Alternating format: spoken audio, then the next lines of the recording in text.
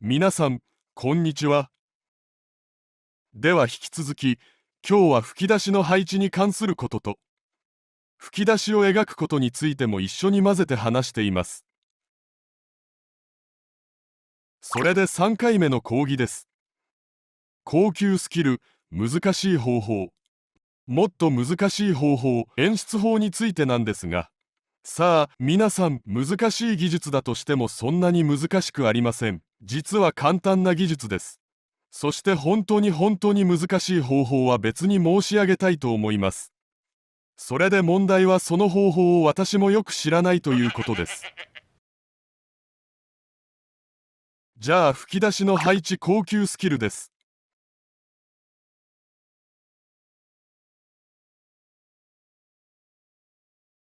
前の映像で2つ話しました。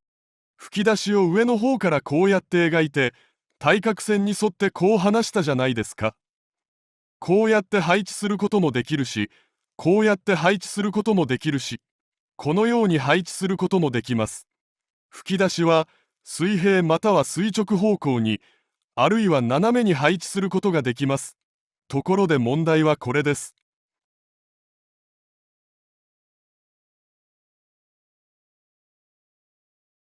配置は可能な限りこの場合はコマの端に配置されます。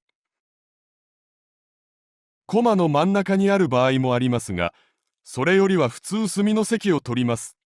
なぜか、真ん中にキャラクターや重要な絵が入らないといけないからです。なのに、吹き出しが4つあります。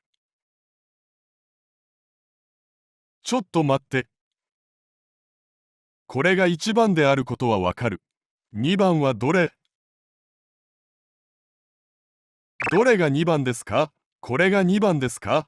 ここが2番ですか？こういう場合はどうすればいいのか。もちろんこのようにダラダラすればいいが、あそこの重要なキャラクター、重要な絵が入る場合は、やむを得ず、端にいないといけないじゃないですか。それでどれが2番かというと、近い方が次の番です。最初にあるものに近いものが次。またそれより近い方がその次です。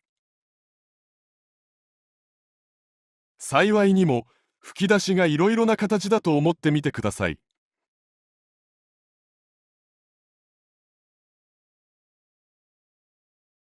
吹き出しがこうやって入っています。何度見てもどんな順番で読めばいいのかすぐ理解できますよね。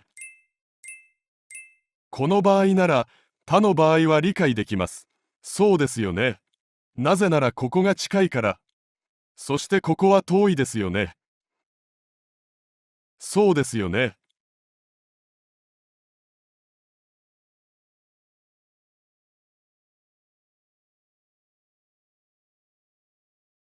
こうなるとどうなりますか？こうなってると思います。近い距離にあってその次に近いところ。なぜならこちらに伝える法則も同時に存在するからです。でしょ？しかし、このような配置は使わない方がいいです。少し変形させた方がいいです。こうして、ここはこうやって少し張って、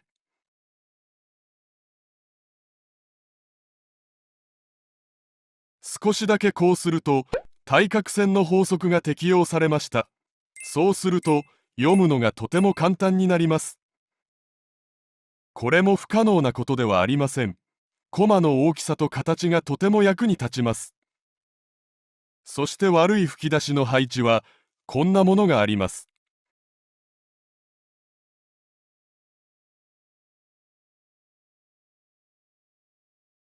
まさにこういう配置です。私たちが読む順番がこうだと思ってみましょう。こういう時は、こういう時は、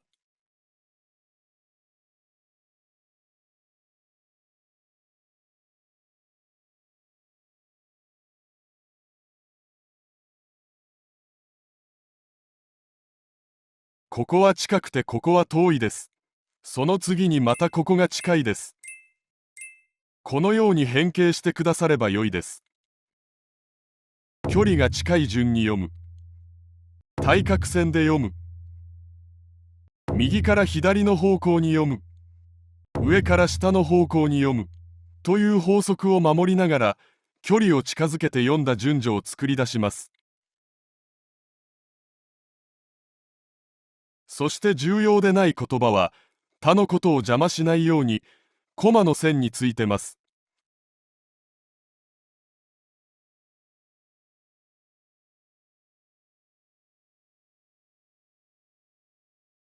しかし、重要な言葉はコマのラインから離れています。あるいはコマのラインから外れたりします。重要な言葉はコマのラインから離れていたり、あるいは次に行くか、その上に君臨します。重要でない平凡な言葉はコマのラインにくっついておとなしくしています。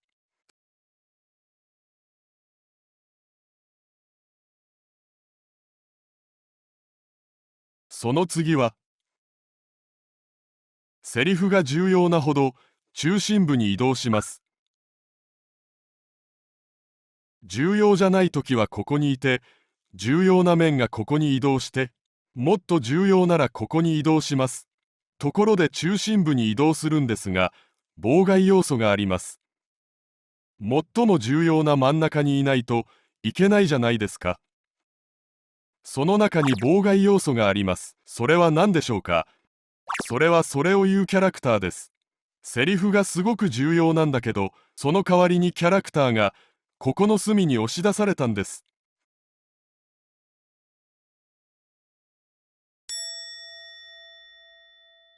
演出法が変じゃないですか。キャラクターを強調するにはキャラクターが真ん中にないといけないじゃないですか。そうですよね。なのでこれについては少しジレンマや判断が必要です。キャラクターを押してセリフを中心部に移動させるかどうか、少し妥協してココラにするか。そして私がたまに使った方法なんです。キャラクターはここにあります。キャラクターは真ん中にいるけど顔は上にいるじゃないですか。セリフをここに入れるんです。本当に大事な言葉、そして驚異的な言葉。残さず全部吐いてしまえ。こんな言葉。みんな殺して。もう俺が勝利する。こんな言葉、とても重要な言葉。ドラマ上でストーリー上でとても重要な言葉。これからここを起点に話が興味津々になるとき、たまに、本当にたまに、本当にたまに、こういう演出法を私が書いたことがあります。ドクターストーンでは使ったことがありません。ありそうですが、ないですね。ドクターストーンのセリフの重要性は私が決めていません。稲垣先生の領域ですね。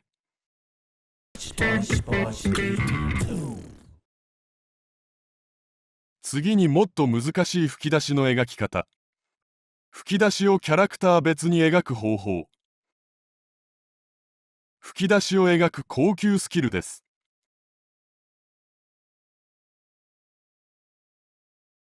こういうキャラクターがいて、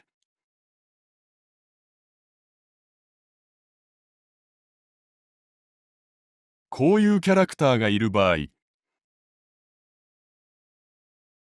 この子はずっとこういう吹き出しを使っていて、このキャラクターはこのような吹き出しを使う場合です。こうやってキャラクターによって吹き出しを分ける場合なんですが、キャラクター設定でいつもそういうこともあるし、そのカットでだけ区別しやすくするためにそうする場合もあります。極端にこれをよく使う例をお見せしましょう。キャラクターは出てこないし、こういう雲もあるし、山もある風景があるんですが、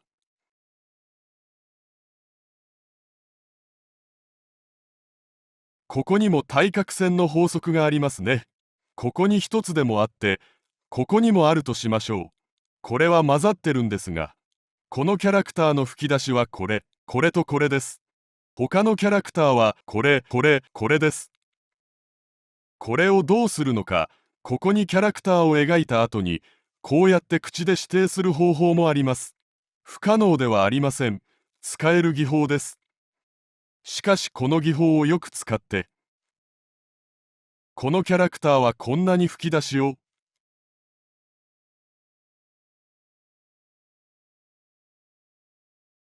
このキャラクターは、こんな風に描いたらどうですか？誰が言ったのかとてもよく理解できます。これをよく認識させた後には、演出的に認識作業が必要です。認識させる過程を経た後は、こうやって話せばいいから、演出がすごく多様なものが可能になります。このように使うことができます。その次に、吹き出しをしたのは、言葉のトーンや感情を表現する、絵の機能をすることもできます。口がそういう機能をすることができるとお話したんですが、この吹き出し自体がそういう機能をすることができます。私たちはとてもよく知っています。こんな吹き出しとか、こういう吹き出しとか、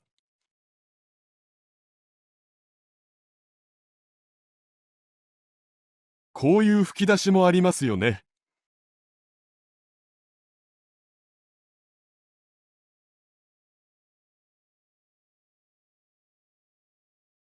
このような吹き出しは全部描くことで、どんなトーンのセリフなのか、あるいはどんな感情が込められたセリフなのかを表現できます。漫画というのは吹き出しのことを考えてもとても面白くないですか？漫画を描く、そして漫画を読む、このようなものを解釈したり、こんなものを楽しむこともできるし、作家の技術とスキルを楽しむこともできます。どちらにしてもとても面白いです。興味津々ですよね。私が最初の動画で基本的に5つの吹き出しがあると言ったんですが、当然、基本的に5つだからもっと多い吹き出しを作ることもできるし、この吹き出し5つで混ぜたり、変化を与えたり変装することが可能です。それで数千種類、吹き出しを作り出すことができます。理論的に無限に可能ではないでしょうか。ただ人間は無限な演出法が理解できません。無限に可能だと無限にしたら、いくつか認識するようになっています。そして吹き出し自体が作家のスタイルになるかもしれません。でもこれはできるんじゃなくて、吹き出し自体はそれ自体で必ず作家のスタイルになります。ある作家はこういう吹き出しを基本的に使って、ある作家はこういう吹き出しを使って、こんな吹き出しを使う作家もいます。こういう吹き出しを使う作家もいます。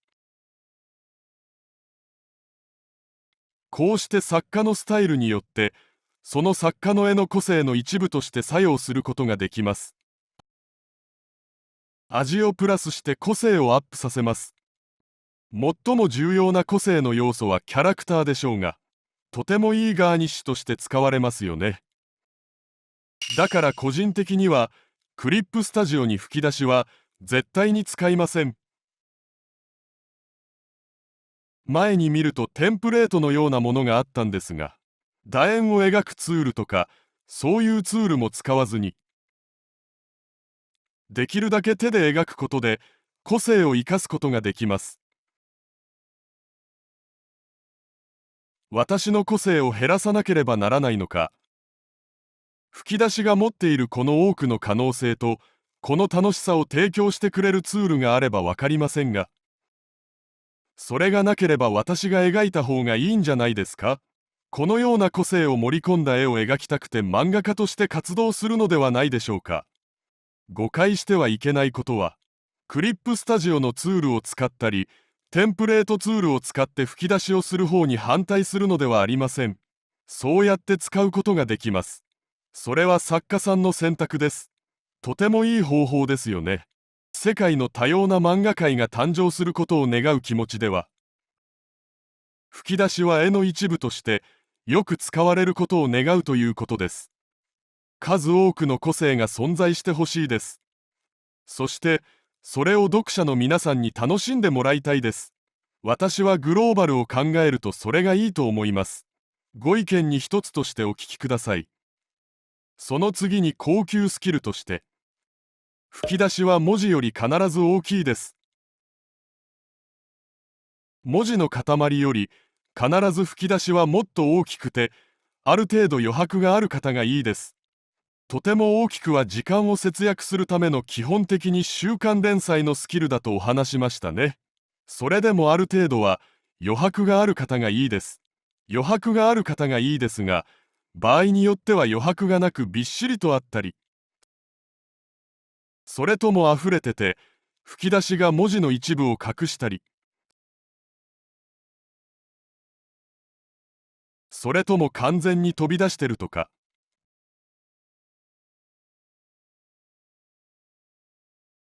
あるいは吹き出しはこうなんですが、文字がこうなっています。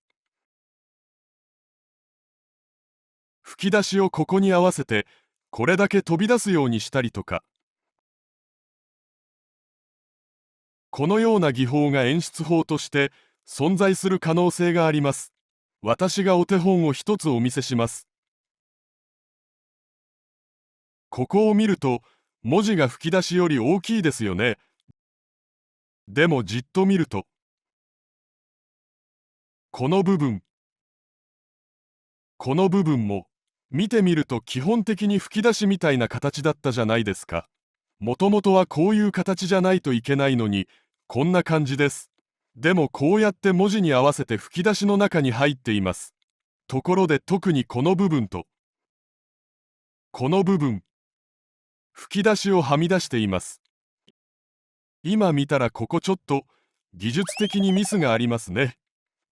突き出ています。申し上げたように、ここもそうですよね。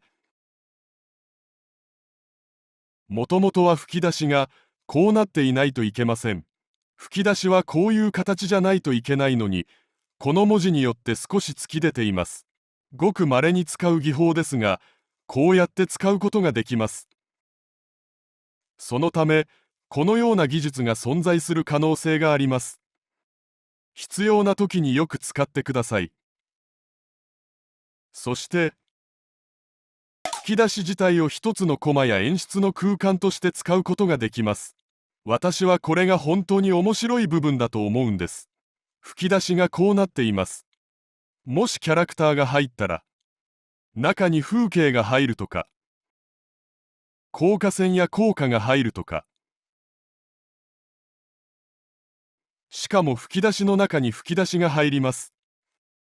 私はこういうのを見るたびに、この作家の演出のセンスがとても面白くて楽しいです。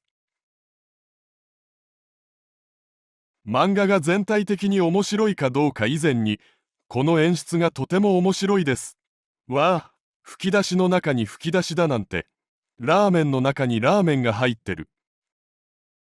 ラーメンをもらったんですが、ミニラーメンが中に入っています。面白くないですか？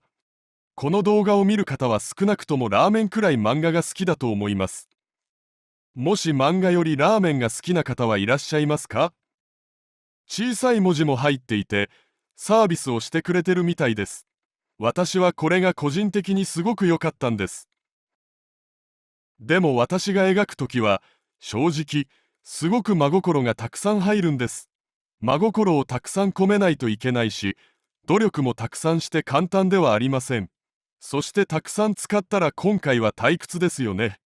そして読むのが簡単ではないじゃないですか。なので少しだけ使わないといけません。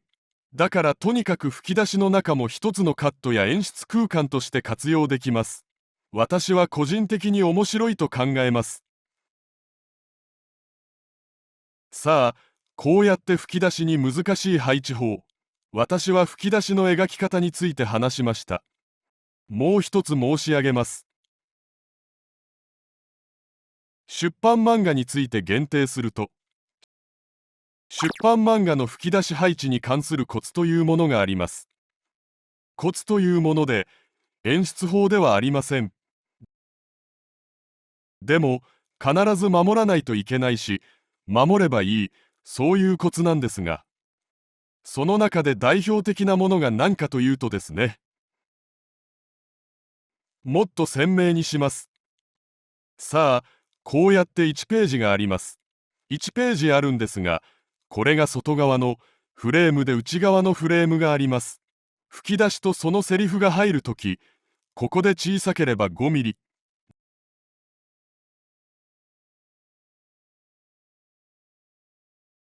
長ければ1センチくらいは、ここにセリフや吹き出しを入れないようにというコツがあります。なぜなら、本を作るときもこの部分が切れてしまう恐れがあります。必ず切れるわけではないんですが、切れる恐れがあります。なぜなら本という本を作るとき、大きな紙に印刷をした後には、折ったり折ったり折ったりします。こうやって折ったものを重ねてボンドで塗って、貼って、外側をカット。技術的にはくねくねしていますよね。ここをカットして本を作ります。こうやってカットするとき、あるいは折るとき、正確には合わないと思います。なので少し切られたりするんです。なのでこの部分のセリフを入れて、ここのセリフが切れるかもしれないんです。余裕を与えるんですね。それで5ミリから1センチまでは、そこには配置じゃなくていいという法則があるんですが、少年ジャンプの場合、私がそこで仕事をしてみたら、約 1.5 センチくらいです。1.5 センチを超えてはいけません。これくらいだと思います。なぜなら、この漫画原稿用紙の典型的な半径と少年ジャンプ雑誌の半径が違います。漫画の原稿用紙の割合はこうなんですが、少年ジャンプの割合はこうです。でも少年ジャンプの単行本はまた違ってこうなんです。少年ジャンプは漫画の原稿用紙は割合なんだけど、雑誌はこうで、単行本はこうです。どうにかして外側がすごく切れてしまうんですけど、みんな違うように切れてしまうんです。これを全部防ぐにはですね、ここまで下まで入ってきて配置しないといけません。こういう特徴があります。その次にボンドを塗る方。左右を配置するとここ。内側にはセリフをなるべく入れない。いや、絶対に入れない方がいいんだけど、とにかくなるべく入れない。というコツが存在します。なのでこっちが両面ページの内側だと言ったとき、ここにはセリフを入れません。できるだけここまで。ここはここまで。少年ジャンプはここまで。ここにはセリフを入れて。こちらには入れません。なので私はご存知のように、少年ジャンプのほとんどの先生と違って、少年ジャンプじゃないところでとても長い間活動をして、少年ジャンプに入った作家じゃないですか。ここのルールに一生懸命合わせたんです。そのように訓練されていて、これさえ守れば印刷がうまくできるという信頼がありましたが、ジャンプに来たら自分も知らないうちに、ここに配置して問題が深刻になる場合が本当にたくさんありました。一番いいのは内部のフレームに合わせると何も心配することはありません。でも私は個人的にはそうしたくないです。このフレームの外側をセリフの演出空間として使いたいです。とても使いたいです。安全のためにここにだけ徹底的に合わせたくないです。なので、すごく大変な思いをして直したり、問題が起こったことがたくさんあります。それで読みづらくさせてしまってとても申し訳なく感じる部分も多いです。そのため、折り目は内側のフレームを越えない。さて、ここで私たちの漫画の未来を考えると、当然漫画の未来はデジタル化、グローバル化です。ところがグローバル化を除いてデジタル化を考えると、すでに多くの漫画がそうしていますが、最初からデジタルです。そして今はそうやって作られていて、デジタルプラットフォームで連載される漫画も単行本を出すけど、未来を考えると単行本を出す必要がなくなる電子書籍だけで単行本を出す時代が来るでしょう。それがいつなのかはわからないけど、そういう時は私たちは本の時代を恋しく思うでしょう。私もとても恋しくて、多分多くの皆さんも本を恋しく思うと思います。しかし、漫画の演出という観点から見ると、今まで使えなかった外側に5ミリから1.5センチまでのこの領域、その次に折れる両面ページの中央部分にこの領域、ここ、ここ、ここ、ここにセリフと吹き出しを配置できるということが演出の革命をもたらしてくれると私は思います。それで漫画がデジタルの世界に移った時、私たちはここにセリフを書いたり、しかもセリフがこうやってこっちに消える演出をしたり、吹き出しがここにこうやってつくかもしれません。両面ページなんですが、吹き出しがこうやって流れたりする演出ができると思います。そして私たちがすごく書きたいんだけど、いつも避けるまさにこれ、両面ページの真ん中にあまりにも多く広がって、こうやって追加されるもの、こうしたら不可能にこうなるじゃないですか。ところで演出法でとても良くないですか？これも使うことになるでしょう。今日は吹き出しの話ですが、デジタル化になると、私たちが紙の本をなくすことはとても胸が痛むことだが、演出法では革命が起こるでしょう。個人的な心では紙の本がなくならないでほしいです。紙の雑誌も永遠にあったらいいですね。けれど、来るしかない未来なら、ここにセリフを入れることができる、そんな演出ができるその日を待っています。演出のより良い可能性のために、吹き出し配置についての話はまずここまでです。お役に立てれば幸いです。では次の動画でお会いしましょう。ディレクターさんも長い時間お疲れ様でした。